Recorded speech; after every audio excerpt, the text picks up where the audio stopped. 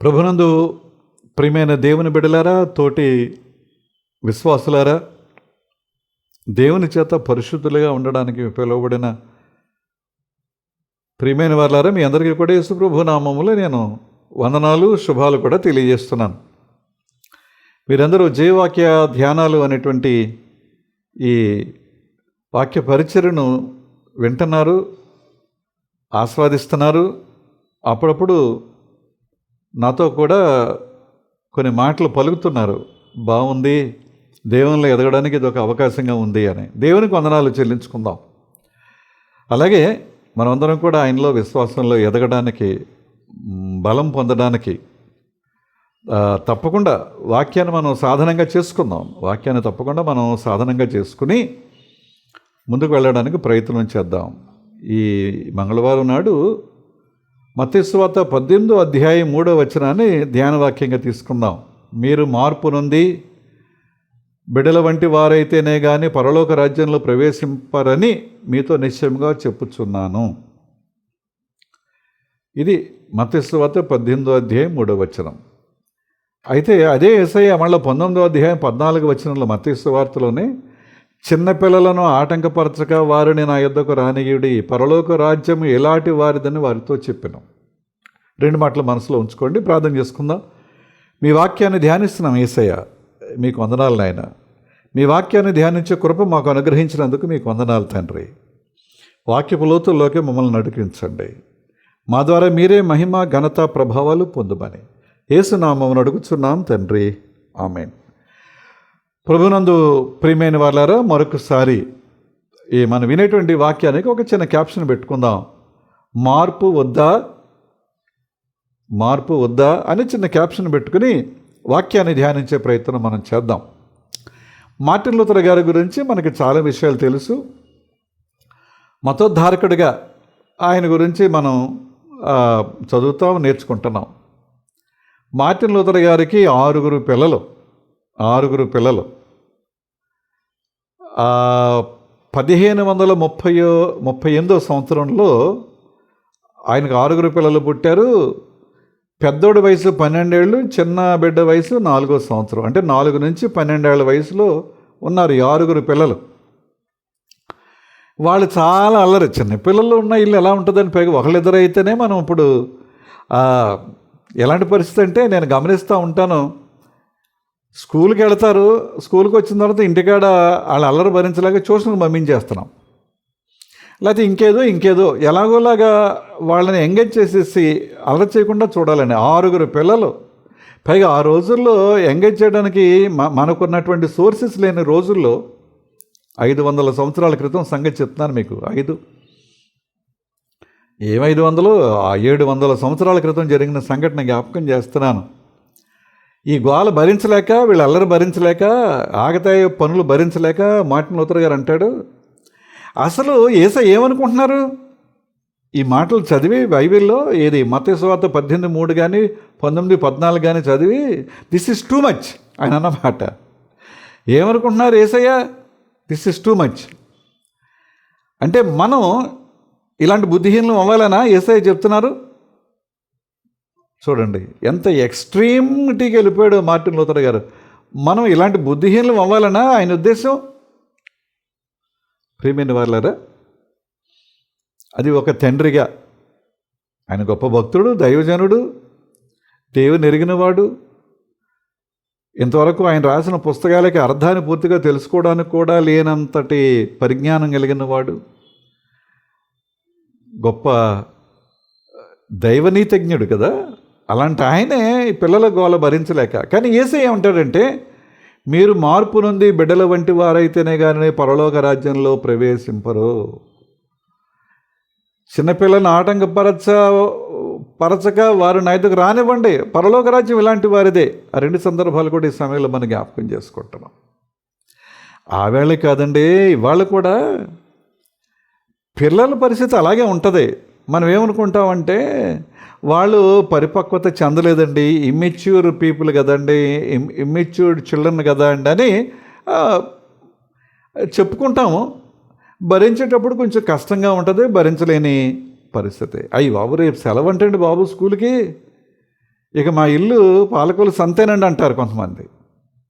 రేపు సెలవ అంటే ఇంకా ఆ ఇంట్లో పిల్లల్ని ఆ తల్లిదండ్రి భరించలేరన్నమాట అండి. విపరీతాలు మాటలు. కానీ ప్రభువు చెప్పేది ఏంటంటే, ఒక వ్యక్తి మెచ్యూర్డ్ పర్సన్గా అయ్యే కొద్దీ, లేకపోతే అతడు పరిణితి చెందే కొద్దీ కూడా భయంకరంగా తయారవుతాడు, నాటకీయంగా మారిపోతాడు. నా మాటలు మీరు అర్థం చేసుకుంటున్నారు అనుకుంటున్నాను నేను. ఇవన్నీ వాస్తవాలు. ఒక వ్యక్తి పరిణితి చెందే కొద్దీ కూడా భయంకరంగా తయారవుతాడు, నాటకీయంగా మారిపోతాడు, కొన్నిసార్లు దిగజారిపోతారు, పడిపోతారు. అంచేత మెచ్యూరిటీ గురించి ఆలోచించకండి అని యేసయ్యకు ఉద్దేశం. కనుక ప్రియమైన దేవుని బిడ్డలారా, నిజంగా యేసయ్యను మనం తెలుసుకోవాలంటే, దేవుని మనం తెలుసుకోవాలంటే, చిన్నపిల్లల వంటి మనస్సు, వారిలాంటి ప్రవర్తన, వారు ఆడేటువంటి పాడేటువంటి అమాయకమైనటువంటి ఆటలు పాటలు మనం గమనించి ఒకవేళ అలా చేయగలిగితే దేవుణ్ణి మెప్పించే బిడ్డలుగా మనం ఉండగలుగుతాం. చార్ల్స్ పెగ్గాయ్ ఒక భక్తుడు. ఆయన ఏమంటాడంటే, పిల్లలకు ఏమీ తెలియదు, ఎదుగుతున్న వారికి అంటే మెచ్యూర్డ్ పీపుల్కి చాలా తెలుస్తాయని అందరూ అనుకుంటున్నారు, కానీ నిజంగా పిల్లలకు తెలిసినంత పెద్దలకు తెలియదు అన్నాడు ఆయన గబుక్కున. అని అంటూ ఆయన ఏం చెప్పాడంటే, పిల్లలకు కొన్ని క్వాలిటీస్ ఉన్నాయి. యేసు ప్రభు మన నుండి అలాంటి క్వాలిటీస్ ఆశిస్తూ, అలాంటి క్వాలిటీస్ ఉన్నవారు నా బిడ్డలుగా ఉండగలరు, అలాంటి క్వాలిటీస్ ఉన్నవారు నా రాజ్యానికి వారసులు అని ఆయన పరోక్షంగా మనకు అర్థమయ్యేలాగా ఆయన చెప్తున్నారు. కనుక ఈ చార్ల్స్ పెగ్గాయ్ చెప్పినటువంటి ఆ పిల్లలో ఉండేటువంటి క్వాలిటీస్ మనందరికీ తెలిసినవే ఒకసారి జ్ఞాపకం చేస్తాను. మొట్టమొదట వారు చాలా అమాయకంగా ఉంటారు, అమాయకత్వం. రెండవది, ఏది దాచుకోరు. ఒకవేళ మనం ఏదైనా ఒక బంగారు వస్తువు కొనుక్కున్నాం అనుకోండి, సరే ఆ భార్య భర్తలు మాట్లాడుకుంటూ ఇది కొత్త వస్తువు వచ్చిందని అన్నప్పుడు పిల్లలు కూడా చూపిస్తారు. ఈ లోపల 2 రోజులు పోయాకో 3 రోజులు పోయాకో చుట్టాలు వచ్చారనుకోండి, ఇదేంటంటే ఒక బంగారు వస్తువు ఉందని బయట వాళ్ళకి తెలియకుండా ఉంటే మంచిదని వీళ్ళు ఎక్కడో జాగ్రత్తగా దాన్ని బదిలిపరుచుకుంటారు, ఎవరికి చెప్పరు. కానీ ఆ పిల్లలు వచ్చిన వాళ్ళకి, మీకు తెలుసా మా మమ్మీ మా డాడీ చైన్ కొన్నారు, రింగు కొన్నారు, నెక్లెస్ కొన్నారని. ఏది దాచుకోరు, ఓపెన్. వారి వద్ద జవాబుల కంటే కూడా ప్రశ్నలే ఎక్కువ. ఎప్పుడైతే ప్రశ్నిస్తామో విషయాలు తెలుస్తాయి, ప్రశ్నిస్తే విషయాలు తెలుస్తాయి, ప్రశ్నిస్తే జ్ఞానం వస్తుంది, ప్రశ్నిస్తే తెలివితేటలు వస్తాయి. మనం తత్వజ్ఞానుల గురించి వింటామండి, సోక్రటీస్, అరిస్టాటిల్, ప్లాటో, వీళ్ళందరి గురించి. అందులో ఒక ఆయన, నీకు జ్ఞానం కలగాలంటే ప్రశ్నించమన్నాడు. ప్రశ్నించు. పిల్లల దగ్గర జవాబుల కంటే కూడా ఎక్కువ ప్రశ్న. విసిగిపోతాం ఒక్కొక్కసారి, వాళ్ళకి రాత్రి నిద్ర రాదు, అదేలాగా ఇదేంటి, దీని సంగతి ఏంటి, ఇంకా ఏదైనా ఒక కథ చెప్తాం నిద్రపుచ్చుదామనే, ఆ కథలో బోల్డని ప్రశ్నలు వస్తాయి వాళ్ళకి. ఆ ప్రశ్నల ద్వారా నేర్చుకునేటువంటి మనస్తత్వం బాగా గమనించండి. పిల్లల యొక్క క్వాలిటీస్ చెప్తున్నాడు ఆయన. వారి నోరు చాలా భయభక్తులతో ఉంటుంది, అవాచకాలు వారు మాట్లాడరు. ఇక పెద్దలుగా మనం గమనిస్తే కొన్నిసార్లు చెడ్డ మాటలు, బూతులు, పలకకూడని పదాలు, ఏమండి, ఎదురుగుండా ఒక మాట, అదే వ్యక్తి లేనప్పుడు వారి యొక్క పరోక్షంగా మరొక రకమైన మాట, తోలనాడటం, కించపరచటం. పిల్లల్లో అది ఉండదు. మేము స్వతంత్రులం అనే భావన అసలు వారి హృదయంలో ఉండదు. ఎప్పటికీ కూడా మాకు పెద్దవారు ఉన్నారు, తల్లిదండ్రులు ఉన్నారు, అన్నయ్య ఉన్నారు, అక్క ఉన్నది, లేకపోతే తాతయ్య ఉన్నారు, నానమ్మ, అమ్మమ్మ, ఇలాగా మామయ్య, పెద్దవారు ఉన్నారు కనుక వారికి మేము కొంచెం భయభక్తులతో ఉండాలి, విధేయులుగా ఉండాలి, వారి మాట వినాలి అనే మనస్తత్వం ఎప్పుడు మనం చూస్తూ ఉంటాం. అలాగే వారికి ఉన్నది ఏది కూడా వాళ్ళు దాచుకోరు. షేరింగ్ అండ్ కేరింగ్ వాళ్ళ నుంచి మనం నేర్చుకోవాలి. వాళ్ళ దగ్గర ఇవన్నీ ఉంటాయండి. వాళ్ళు తింటుంటారు, ఆ ప్రక్కన పిల్లలకు వీళ్ళు తినేది వాళ్ళకి పెట్టడానికి. అప్పుడప్పుడు మనం చూస్తూ ఉంటాం, క్యారేజ్ పెడుతున్నప్పుడు మేము నలుగురం తింటాం, నేను క్యారేజ్ తిన్నప్పుడు వాళ్ళు తెచ్చుకునేది ఏదో మాకు షేర్ చేస్తారు కనుక మేము కూడా షేర్ చేయాలి, కొంచెం ఎక్కువ పెట్టి మమ్మీ అని తల్లితో చెప్పేటువంటి బిడ్డలను నేను ఎరుగుదును. షేరింగ్. వారికి ఉన్నది ఏది దాచుకోరు. వారికి ఏదైతే ఆనందం ఉందో దాన్ని ఇతరులతో పంచుకుంటారు. ఆ ఆనందాన్ని వారు మనసులో ఉంచుకోరు. ఆ జాయ్ అంతా చెప్పేయాలి, ఆనందాన్ని వారు పంచుకోవాలి. అలాగే ప్రీఆక్యుపైడ్ అంటాం చూసారా, అది ఉండదు వారి మనసులో. పెద్దల్ని మనం గమనిస్తే ప్రీఆక్యుపైడ్. ఏమండి, పెద్దల క్యాలెండర్ ఎప్పుడు కూడా అది ఫుల్ అయిపోయి ఉంటుంది అంతే. అంటే క్యాలెండర్ అంటే దాన్ని ఏదో అంటాం చూడండి, ప్రోగ్రాం రాసుకోవడానికి, అది ఎప్పుడు ఫుల్గానే ఉంటుంది. పిల్లల క్యాలెండర్ అలాగ ఉండదండి. అంటే ఇయర్ ప్లానర్ అంటాం కదా, ఇయర్ ప్లానర్ పెద్దలది ఎప్పుడు ఫుల్గా ఉంటుంది, ప్రీఆక్యుపైడ్గా. వాళ్ళకి అది ఉండదు అనే విషయాన్ని. అలాగే తొందరపాటు ఉండదు, చాలా చక్కగా హాయిగా నిదానంగా దయగలిగి ఉంటారు. ఇవన్నీ మనకు తెలుసు. నేను ఈ క్వాలిటీ చెప్పాను. ఎవరు ఈ చార్ల్స్ పెగాయ్ అని చెప్పిన మాటలు నేను మీకు జ్ఞాపకం చేసిన, ఇవన్నీ మనకు తెలిసినవే. కానీ పిల్లల వల్లే ఉండడానికి ఇష్టపడం. ఒప్పుకుంటారా? పిల్లల వల్లే ఉండడానికి మాత్రం ఇష్టపడం. ఇవన్నీ మనకు తెలుసు. ఇందులో నేను చెప్పిన వాటిలో ఇంచుమించుగా 11 విషయాలు మీతో చెప్పాను నేను, వాళ్ళ యొక్క క్వాలిటీస్ పిల్లల్లో ఉండే. అందులో కనీసం సగమైనా నేను కలిగి ఉండాలని అని ప్రక్కన పడేసి నేనేంటో అలాగే వెళ్ళిపోయే ప్రయత్నం నేను చేస్తాను. ప్రియమైన దేవుని బిడ్డలారా, పిల్లలు ఒక ప్రశ్న అడిగి ఇప్పుడే చెప్పాలి నాకు అంటారు. ఏదో చేయాలనుకోరు, అది ఇప్పుడే చేయమంటారు. ఒకవేళ ఏదైనా ఒక చాక్లెట్ ఇప్పుడే కొనమంటారు. అక్కడ షాప్ లేకపోవచ్చు, లేకపోతే అక్కడ పరిస్థితి అనుకూలంగా ఉండకపోవచ్చు, లేకపోతే ప్రయాణంలో ఉండొచ్చు, కానీ ఇప్పుడే జరగాలి. మరి ప్రభువు మన నుండి ఏం కోరుతున్నాడు? వాళ్ళు డిమాండ్ చేస్తూ ఉంటారు పిల్లలు. ప్రభువు మన నుండి అది కోరుతున్నాడు. నీవు ఆయనను తెలుసుకునే విషయంలో, ఆయన బిడ్డగా ఉండేటువంటి విషయంలో ఇప్పుడే, నో పోస్ట్పోన్మెంట్. అది పశ్చాత్తాపమా, పాప క్షమాపణ, రక్షణానుభవమా, లేకపోతే తర్వాత అనే పోస్ట్పోన్మెంట్ ఉండొద్దు. ఇప్పుడే పిల్లల్లాగా. అలాగే ఎవరినో నేను సంతోషపరచాలి అనే భావన పిల్లల్లో ఉండదు. కానీ మనం ఏం చేస్తామండి పెద్దలుగా?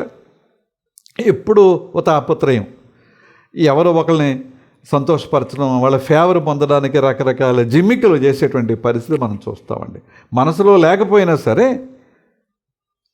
సంతోషపరచాలనేటువంటి తాపత్రయం ఏదైనా కూడా వాళ్ళు చాలా ధైర్యంగా చెప్తారు, చాలా బోల్డ్గా ఉంటారు వాళ్ళు. జ్ఞాపకం చేస్తున్నాను, ఇవన్నీ ఎందుకు చెప్పానంటే ఇవన్నీ దేవుని లక్షణాలు.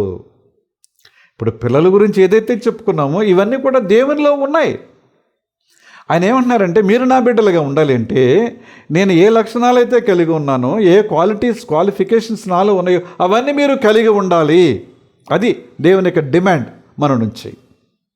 ప్రియమైన దేవుని బిడ్డలారా, పిల్లలు కొన్నిసార్లు శ్రమలు పాలయ్యేటువంటి వాళ్ళని చూస్తాం.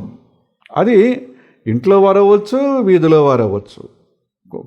కొన్నిసార్లు కన్న తల్లిదండ్రులే వాళ్ళని చాలా హీనంగా ట్రీట్ చేస్తారు. ఏమండి, చదవట్లేదు ఇబ్బంది పెట్టేటువంటి తల్లిదండ్రులు, లేకపోతే వాతలు పెట్టేటువంటి తల్లిదండ్రులు, అన్నం పెట్టడం మానేసేటువంటి తల్లిదండ్రులు ఎందుకు అంత కఠినంగా అయిపోతూ ఉంటారు, హీనంగా. ఇక మన దేశంలోనూ ఒక జాడ్యం అని అంటున్నాను నేను. ఇక ఆడపిల్లంటే చాలా ఎందుకంటే ఆడపిల్లకి చదువు, పెళ్లి చేసి పంపించేదానికి ఎందుకు ఆ చదువు పేరు చెప్పి ఆ డబ్బులు ఖర్చు పెట్టడం, అది కట్నం ఇస్తే సరిపోద్ది కానీ చిన్నచూపు చూసేటువంటి పరిస్థితులు మనం చూస్తాం. కానీ ఇలాంటి పరిస్థితుల్లో మీరు వెంటనే స్పందించాలి. ఎందుకంటే ఆయన స్పందించే దేవుడు. ఆయన పక్షంగా, ఆయన ప్రతినిధులుగా మనం స్పందించాలని దేవుడు మన నుంచి ఆయన మనను కోరుతున్నాడు. కానీ ఇప్పుడు ఒకసారి గమనించండి, ఇప్పుడు కుటుంబంలో ఉన్నటువంటి పిల్లల గురించి తల్లిదండ్రులు కానీ పెద్దలు కానీ వాళ్ళు ఆశించేది ఏంటంటే వాళ్ళు చాలా త్వరగా ఎదిగిపోవాలి, ఇంకా ఏంటేంటో వాళ్ళు తెలుసుకోవాలి. వాళ్ళ సెల్ ఫోన్లు వచ్చాయి, ఆ సెల్ ఫోన్లో చాలా సమాచారం ఉంది, ఇంటర్నెట్లో చాలా సమాచారం ఉంది, అదంతా కూడా పిల్లలకి ఇచ్చేయాలి. మంచిదే, మంచి ఆలోచన, నేను కాదనటం లేదు, అభినందిస్తున్నాను. కానీ అందులో మంచితో పాటు చెడు కూడా ఉంది కదా. పిల్లలు చాలా త్వరగా చెడు నేర్చుకుంటున్నారు కదా. మరి ఎందుకు వాళ్ళు బాగా త్వరగా ఎదిగిపోవాలి అని మనం ఎందుకు ఆశిస్తున్నాం? వాళ్ళు పాడవుతున్నారు. మనం అనుకునేటువంటి ఆ ఎదుగుదల పిల్లల యొక్క పాడుకు గొప్ప కారణం అవుతుంది. అది కాదు యేసయ్య కోరేది, అది కాదు యేసయ్య కోరేది. పిల్లల్ని సమస్యగా చూసేటువంటి తల్లిదండ్రులు ఉన్నారు.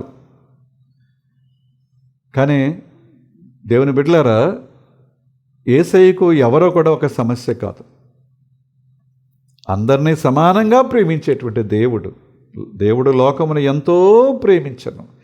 క్రైస్తవులనే కాదండి, క్రైస్తవేతరులను కూడా, లోకమంతటిని కూడా ఎంతగానో ప్రేమించేటువంటి దేవుడు, అందరి మీద సమానంగా తన యొక్క సూర్యరశ్మిని, అందరి మీద సమానంగా తన యొక్క వర్షపాతాన్ని ఇచ్చి నడిపించేటువంటి దేవుడు. ఎవరిని కూడా ఆయన సమస్యగా చూడడం లేదు. కనుక ఆయన మన నుంచి కోరేది ఏంటంటే, బిడ్డ తల్లిని ప్రేమిస్తుంది. బిడ్డడు ఎవరైనా, ఆడబిడ్డైనా మగబిడ్డైనా తల్లిని ప్రేమిస్తారు. దేవుడిని మనం అలా ప్రేమించాలి. ఎందుకంటే ఆయన మనల్ని ప్రేమిస్తున్నా, అది మన నుంచి ఆయన ఆశించేది. మీరు మార్పు నొంది బిడ్డల వంటి వారైతేనే కానీ పరలోక రాజ్యంలో ప్రవేశించాలని మీతో నిశ్చయంగా చెప్తున్నాను అనే మాటకి అర్థం ఇది. ప్రియమైన దేవుని బిడ్డలారా,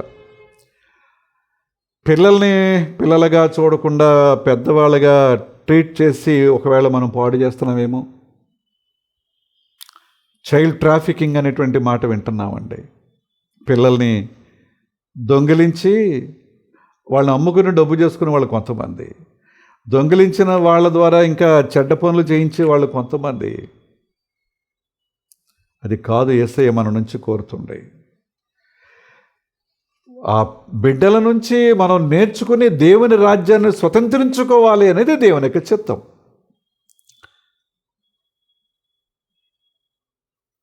పిల్లల్ని మనం గమనిస్తున్నప్పుడు వాళ్ళు చాలా, ఇందాక చెప్పాం కదండి, ఇన్నోసెన్స్ అనే మాట వాడుకున్నాం కదా, అమాయకత్వం అనే మాట.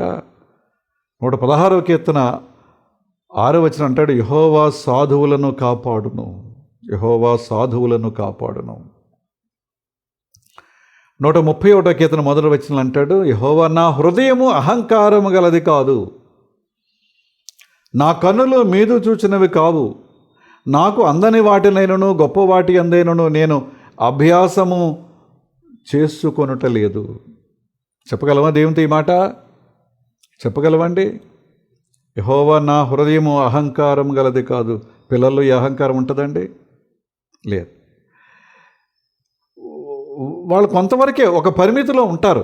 ఒకవేళ తెలియక ఏదైనా అడిగితే అది కాదు, అది వద్దు, అది మనకి ఇబ్బంది అని చెప్పాం అనుకోండి, ఇంకా దాని జోలికి వెళ్ళరు వాళ్ళు. అది నేర్చుకోమంటున్నాడు యేసయ్య, అది నేర్చుకోమంటున్నాడు. ప్రియమైన వారలారా, పౌలు గారు చాలా క్లియర్గా చెప్తారు. 1 కొరింథీ పత్రిక 14వ అధ్యాయం 20వ వచనంలో, సహోదరులారా మీరు బుద్ధి విషయమై పిల్లలుగా కాక, అంటే బుద్ధి దగ్గరకు వచ్చినప్పటికీ చిన్నపిల్లల్లాగా ఉండొద్దు, దుష్టత్వము విషయమై శిశువులుగా ఉండండి. శిశువులకు దుష్టత్వం తెలియదు కదా, కీడు చేయరు కదా, అపకారం చేయరు కదా, హాని చేయరు కదా. కనుక దుష్టత్వం విషయంలో శిశువులుగా ఉండండి, బుద్ధి విషయమై పెద్దవారుగా ఉండండి. ఇది మనం నేర్చుకోవాలి. అలాంటి వారు నా రాజ్యానికి వారసులని ప్రభువు వారు మనకి జ్ఞాపకం చేస్తున్నారు. పేతురు గారు చాలా క్లియర్గా చెప్తారు. 1వ పత్రిక 2వ అధ్యాయం 1-2 వచనాలు చూస్తే, ప్రభువు దయాళుడని రుచి చూచి ఉన్న ఎడల, ప్రభువు దయాళుడని రుచి చూచి ఉన్న ఎడల సమస్తమైన దుష్టత్వము, సమస్తమైన కపటము, వేషధారణ, అసూయ, సమస్త దూషణ మాటలు మాని, ప్రభు దయాళుడని రుచి చూచిన ఎడల, ఇవన్నీ మనం మానేయాలి. క్రొత్తగా జన్మించిన శిశువులను పోలిన వారై నిర్మలమైన వాక్యమును పాల వలన రక్షణ విషయంలో ఎదుగు నిమిత్తము ఆ వాక్యం అనే పాలను అపేక్షించండి అని అన్నాడు. ప్రియమైన వాళ్ళరా, ఇవన్నీ బాగానే ఉన్నాయి, మనందరూ తెలిసిన విషయాలే, ఒకసారి జ్ఞాపకం చేశాను. కానీ మొట్టమొదట మనకు ఉండాల్సింది ఏంటంటే, చెప్పేది నేర్చుకునే గుణం మనలో ఉండాలి, వినేదానిని నేర్చుకునే గుణం మనలో ఉండాలి. ఏదైతే వింటున్నామో, ఏదైతే చదువుతున్నామో దానిని మన జీవితానికి అన్వయించుకుని అభ్యాసంలో పెట్టగలిగే గుణం మనకు ఉండాలి. టీచబుల్నెస్ అంటాం చూసారు ఇంగ్లీష్లో, అది మనకు ఉండాలి. బబులోని చెరలో ఉన్నారు ఇశ్రాయేలు ప్రజలు 70 ఏళ్ళు. ఎజ్రా నెహెమీయాల నాయకత్వంలో ఒక పర్యాయం కొంతమంది, మరొక పర్యాయం కొంతమంది వచ్చారని మనం బైబిల్లో చదువుకున్నాం. గత ఎపిసోడ్స్లో కూడా మనం తరచుగా జ్ఞాపకం చేసుకుంటున్నాం. ఎజ్రా గ్రంథం 8వ అధ్యాయం 21వ వచనంలో చూస్తే, అప్పుడు దేవుని సన్నిధిని మేము దుఃఖపరుచుకుని, ఎందుకంటే మాలో ఈ చిన్నపిల్లల లాంటి మనస్తత్వం లేదు, తగ్గించుకునే గుణం లేదు, లేకపోతే ఆయనకు లోబడే గుణం లేదు అని ఎవరైతే తెలుసుకుంటారో ఈ మాటలు జీవితాలకు అన్వయించుకోవాలి. అప్పుడు దేవుని సన్నిధిని మేము దుఃఖపరుచుకుని, మాకును మా చిన్నవారికిని మా ఆస్తికిని సుఖ ప్రయాణము కలుగునట్లుగా ఈ జీవిత ప్రయాణం చక్కగా సాగాలి. మాకు, మా కుటుంబాలకు, మా కుటుంబాల్లో ఉండే బిడ్డలకు ఆయనను వేడుకొనుటకు అహావా నది దగ్గర ఉపవాసముండుడని ప్రకటించుతుని. చేయబోయే ప్రయాణం పెద్దది, 4 నెలల పైన ప్రయాణం చేయాలి పిల్లలతో పెద్దలతో. అక్కడ ఏదో 70 సంవత్సరాలు ఉన్నారు కనుక ఏదో కొద్దో గొప్ప సంపాదించుకున్నారు, బానిసలే. కానీ వాళ్ళకు కూడా ఏదో చిన్న చిన్న జీతపత్యాలు ఉంటాయి కనుక వాటన్నిటితోనూ వాళ్ళు ప్రయాణమే 4 నెలలు ప్రయాణం చేయాలంటే ఆయన కాపుదల కావాలి కనుక. ప్రియమైన దేవుని బిడ్డలారా, మన జీవితాల్లో మనకున్న చదువును బట్టి, లేకపోతే మన సామర్థ్యాన్ని బట్టి, తెలివితేటలు, దేవుడిచ్చిన అవకాశాన్ని బట్టి ఏవో కొన్ని కలిగి ఉన్నాం. వాటన్నిటితోనూ కూడా మన జీవిత ప్రయాణం సుఖంగా జరగాలి అంటే మనం దేవుని యొక్క సన్నిధిలో తగ్గించుకుని, పాపాలు ఒప్పుకొని దుఃఖపరుచుకుని. అంటే ఎందుకు వస్తుందో దుఃఖం? ఏదో ఇబ్బంది వస్తే దుఃఖం రావటం కాదండి, ఎవరో చనిపోతే దుఃఖం రావటం కాదు. నీ పాపము నీకు జ్ఞాపకం వచ్చినప్పుడు, నీ అవిధేయత నీకు జ్ఞాపకం వచ్చినప్పుడు, దేవుని ఎడల నువ్వు చేసిన తిరుగుబాటు స్థితి నీకు జ్ఞాపకం వచ్చినప్పుడు తప్పకుండా నువ్వు దుఃఖించేటువంటి బిడ్డగా ఉండాలి. కనుక ఈ ప్రయాణం, జీవిత ప్రయాణం సుఖంగా సాగడం కోసం ఉపవాస ప్రార్థన అవసరమని, ఈ విషయం నేర్చుకోమని ఎజ్రా మనకు జ్ఞాపకం చేస్తున్నాడు. లూకా సువార్త 11వ అధ్యాయం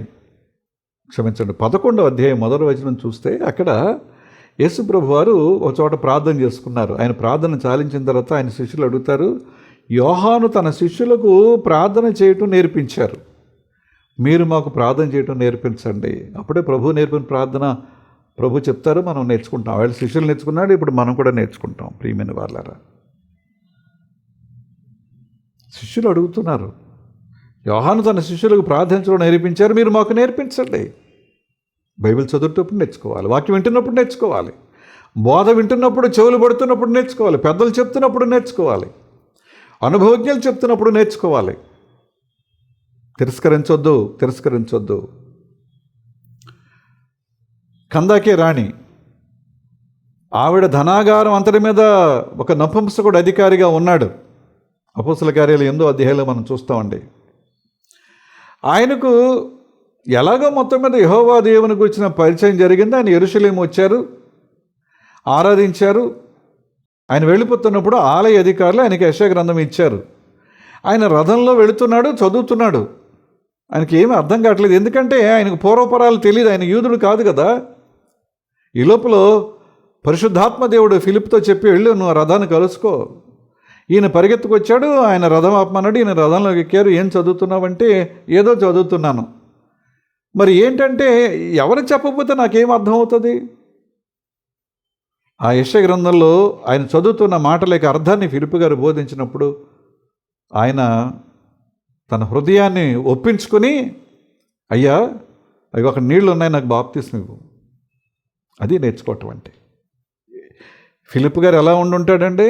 మాసిపోయిన బట్టలతో ఆ దుమ్ము ధూళి కొట్టుకుని, పైగా ఈ రథాన్ని కలుసుకోవడానికి ఆయన పరిగెత్తి వచ్చాడు. చెమట. ఈయనలాగా ఆయనకి రథం లేదు కదా. అలాంటి పరిస్థితిలో ఉన్నటువంటి వ్యక్తి చెప్పిన మాటలు విని అంగీకరించి బాప్తిసం పొందాడు. కందాకే రాణి దగ్గర ఉన్నటువంటి ట్రెజరర్ గారు నపుంసకుడు. నేర్చుకోవాలి. సౌలు దమస్కు వెళుతున్నాడు. అక్కడ పట్టబడ్డాడు. గుర్రం నుంచి కింద పడ్డాడు. కళ్ళు కనపడటం లేదు. ఆయన కూడా కొంతమంది సెక్యూరిటీ ఉన్నారు. కానీ వాళ్ళు ఈయన పరిసైడ్ కనుక ఈయన ముట్టుకోకూడదు. ఈయన వంట ఏందే, ఈయన ప్రయాణం ఏందే, వాళ్ళు కూడా ఉంటారు అంతవరకే. పరిశుద్ధాత్మ దేవుడు మాట్లాడుతున్నాడు. పట్టణంలోకి వెళ్ళి లేచి అక్కడ నీవు ఏమి చేయవలనో అక్కడ నీకు తెలియబడుతుంది. ఎంత అహంకారి! ఆ మార్గమున వెళ్ళు వారిని చెరపట్టుకోవడానికి, హింసించడానికి, అవసరమైతే చంపేయడానికి కూడా అధికార పత్రాలతో వెళుతున్నటువంటి వ్యక్తి దేవుని మాటకు లోబడ్డాడు. ఇక 16వ అధ్యాయంలో చూస్తే మనం అక్కడ ఒక జైలర్, పౌలుశీలను జైల్లో పెట్టారు. వీళ్ళు బండ వేసి బిగించాడు. వాళ్ళ ఒళ్ళనే దెబ్బలతో ఉన్నాయి. వాళ్ళు పాటలు పాడుతున్నారు, ప్రార్థన చేస్తున్నారు. భూకంపం వచ్చింది. చెరసాల పునాదులు కదిలిపోయాయి. తలుపులన్నీ ఓపెన్ అయిపోయాయి. తను పొడుచుకోబోయాడు. మేము అందరం ఇక్కడే ఉన్నాం, ఎవరం పారిపోలేదని చెప్పారు. దీపం పట్టుకొచ్చాడు. వాళ్ళ కట్లు కట్టాడు. వాళ్ళు బోధ విన్న తర్వాత అంటాడు, అయ్యలారా, రక్షణ పొందడానికి నేనేం చేయాలి? 16వ అధ్యాయం మనం 30వ వచనం చూస్తాం. కనుక మనం మారాలి. మీరు మార్పు పొంది బిడల వంటి వారైతేనే కానీ పరలోక రాజ్యంలో ప్రవేశించాలని మీతో నిశ్చయంగా చెప్తున్నాను. మారాలి. ఆయన బైబిల్ ద్వారా మనతో మాట్లాడుతున్నారు, చెప్తున్నారు, బోధిస్తున్నారు. ఆయన బిడ్డలు, ఉపదేశకులు, బోధకులు, దైవజనులు బోధిస్తున్నప్పుడు మనం నేర్చుకోవాలి.